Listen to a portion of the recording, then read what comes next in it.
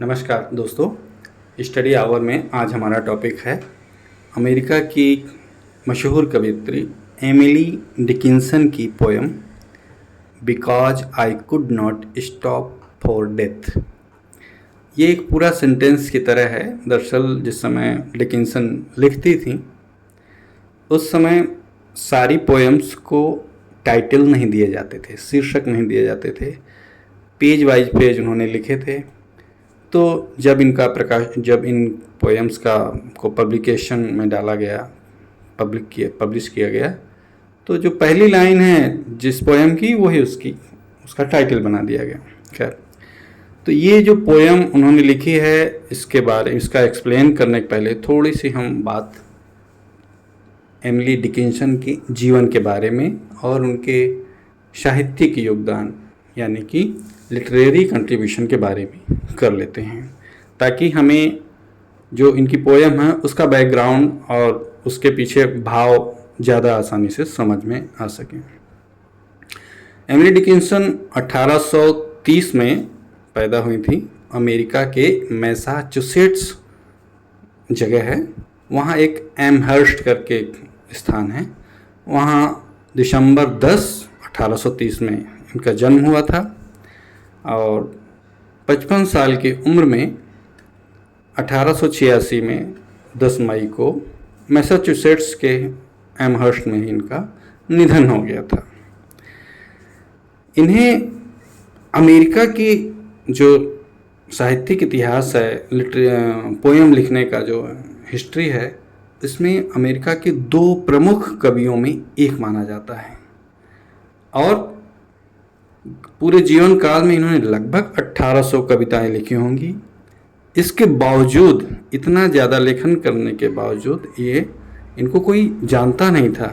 जिस समय ये लोग, मतलब आसपास के लोग जानते थे, घर के लोग जानते थे, लेकिन बाहर इनको कोई बहुत प्रसिद्धि नहीं मिली, क्योंकि इन्होंने पोएम्स को लिख लिख करके सिर्फ अपने घर पर रखा, बाहर सोसाइटी में या पब्लिशिंग में नहीं डाला। पूरे जीवन काल में सोचिए कि जिस व्यक्ति ने 1800 कविताएं लिखी हों, उसने सिर्फ 10 पोएम और 1 लेटर इतना ले दे करके पब्लिश किया था। इसलिए इनको बहुत ज़्यादा कवित्री के रूप में या पोएट्स के रूप में प्रसिद्धि नहीं मिली थी जीवन काल में। बाद में जब इनकी मृत्यु हो गई तो इनकी बहन, छोटी बहन थी, लेविनिया नाम था उनका, उन्हें पता चला कहीं घर की खोज करते वक्त, अपना जब मृत्यु हो गई तो इनका कमरा वगैरह सब देखा, खोजबीन की होगी, तो वहाँ पर बहुत सारी कविताएं, बहुत सारा लिटरेचर लिखा रखा था। उन्होंने उनको कलेक्ट किया और अपने 1-2 परिचित थे उनसे मिल करके पब्लिश कराया। तो ये था इनका जीवन काल। अब इनका थोड़ा सा जो बिहेवियर था, किस तरह ये रहती थी, क्योंकि बाहर से इनका ज़्यादा लगाव नहीं था, घर में ही अपना लिखना पढ़ना रहता था, लिखती रहती थी। और ये ज़्यादातर इनका जो दिनचर्या थी एकांतवास टाइप की थी, बहुत ज़्यादा लोगों से मिलने जुलने में विश्वास नहीं करती थी और सिर्फ लिखना और घर के काम में बिजी रहना। इसलिए इनकी जो रचनाएं हैं और यहाँ तक कि जो हमारी ये पोएम है जिसका नाम है because I could not stop for death, इसमें भी उनकी जो एकांतशीलता है और आध्यात्मिकता है उसकी झलक मिलती है। अब हम इस पोएम को एक्सप्लेन करते हैं। तो इसमें पहला स्टंजा है, इसको हम रीड कर लेते हैं पहले। Because I could not stop for death he kindly stopped for me, the carriage held but just ourselves and immortality। इसका अर्थ है because I could not stop for death, चूँकि मैं मौत के लिए रुक नहीं सकता था, ठहर नहीं सकता था। he kindly stopped for me, तो मैं नहीं रुका, बल्कि मेरी जगह मृत्यु खुद आकर के रुकी और उसने मेरा इंतज़ार किया। The carriage held but just over selves, उसने अपनी कैरेज में, अपनी गाड़ी में मुझे बिठाला और स्वयं बैठी। देखिए यहाँ जस्ट ओवर सेल्व्स लिखा है, मतलब हम दोनों, वो मृत्यु और मैं, दो ही लोग बैठे और साथ में और कौन तीसरा बैठा, एंड इमोर्टेलिटी। हमारे साथ साथ में क्या चला, इमोर्टेलिटी माने अमरत्व। ये पूरा स्टैंजा का अर्थ था। यहाँ पर जो बात की लाइन है, यहाँ per hour selves and immortality को समझ लीजिए कि मृत्यु भी चल रही है, मैं भी चल रहा हूँ साथ में, और हम लोगों के साथ में क्या चल रहा है, अमरत्व। मतलब मरना नहीं है। इसका मतलब ये है कि कभी मृत्यु नहीं होती जीव की, वो एक जीवन से दूसरे जीवन में जाता रहता है। ये जीवन पूरा हुआ तो दूसरे में चल देगा। तो इसी भाव को यहाँ पर कहा गया है। अगला स्टेंजा है, we slowly drove he knew no haste and I had put away my labour and my leisure for his civility. We slowly drove, अब हमारी यात्रा चल पड़ी, मतलब मृत्यु के बाद की यात्रा जब जीव चल पड़ता है। तो उसी को यहाँ दूसरे स्टंजा में बताया गया है कि हम लोग धीरे धीरे निकल पड़े।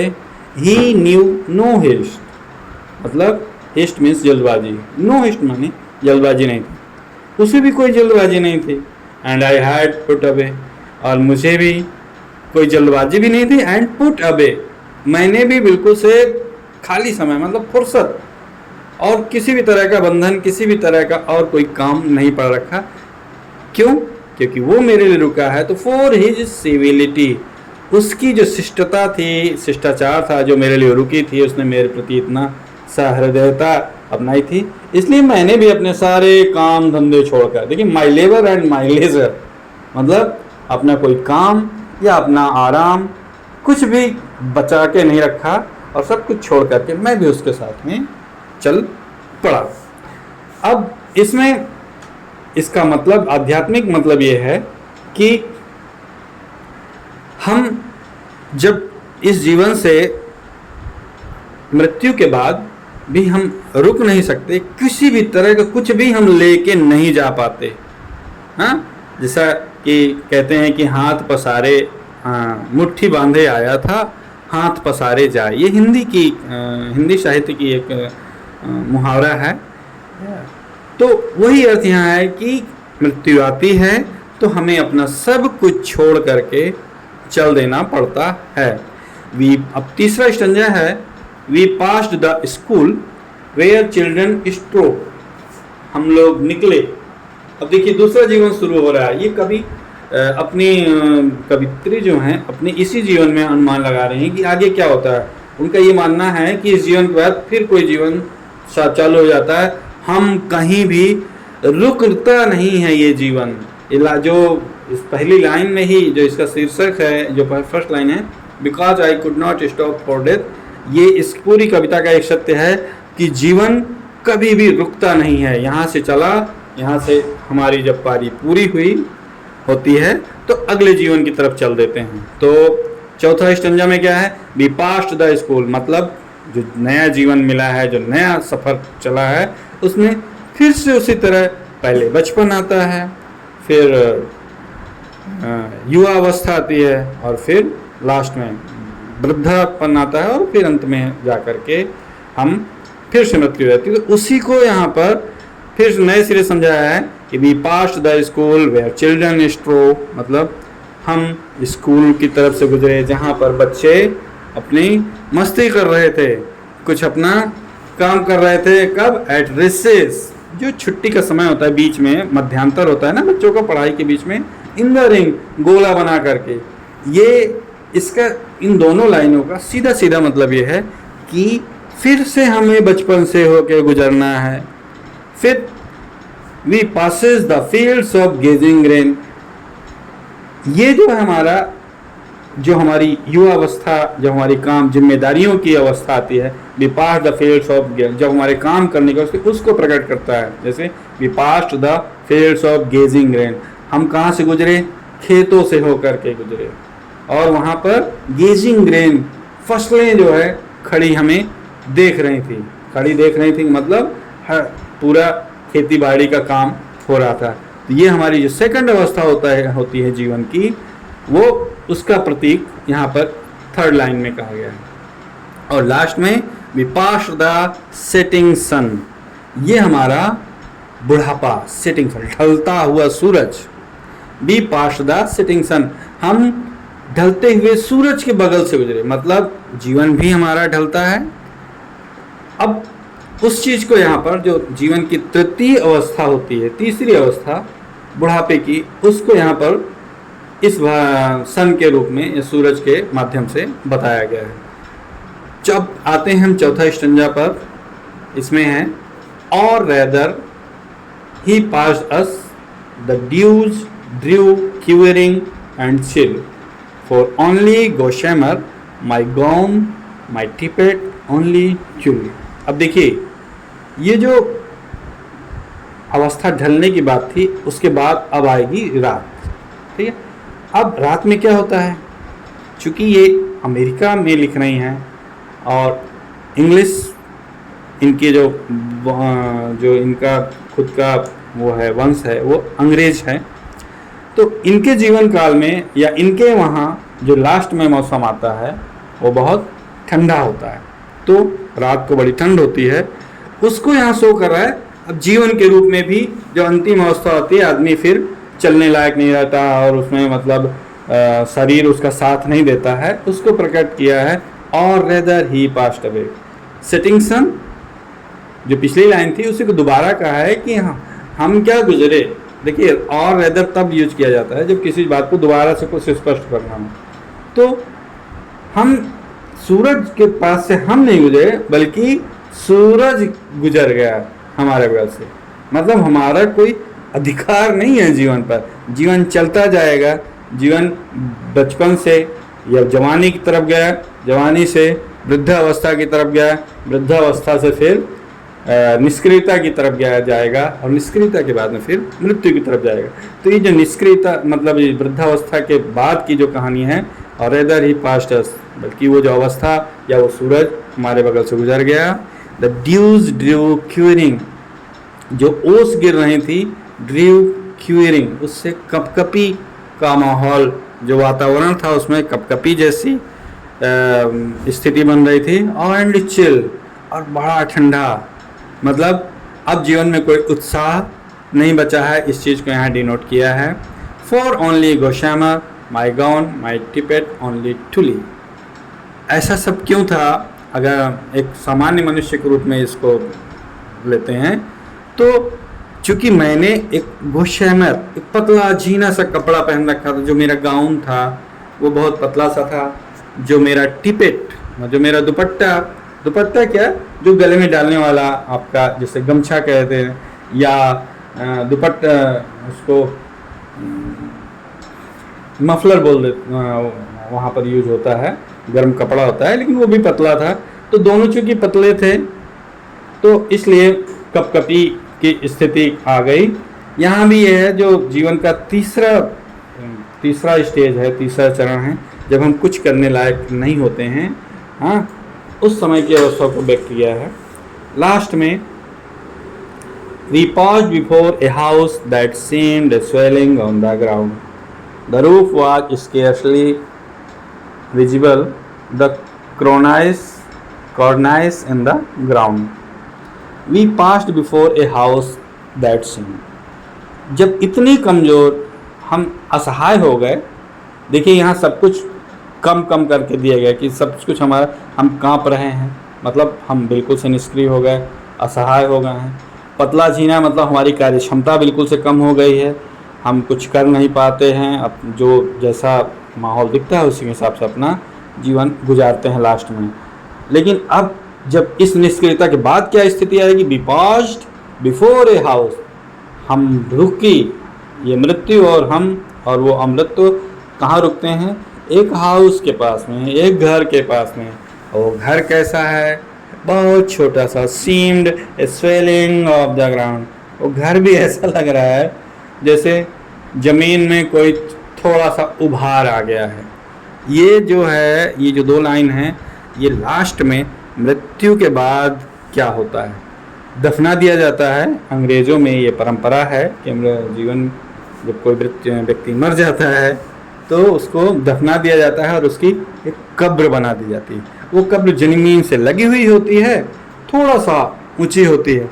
तो यहाँ जो जो मृत्यु के साथ में रुकने का दिया है कि ऐसा घर जो ज़मीन से लगा हुआ था, swelling on the ground, swelling of the ground, थोड़ा सा फूला हुआ, और उस घर की छत कैसी, the roof was scarcely visible, उसकी तो छत भी थोड़ी सी दिख रही थी।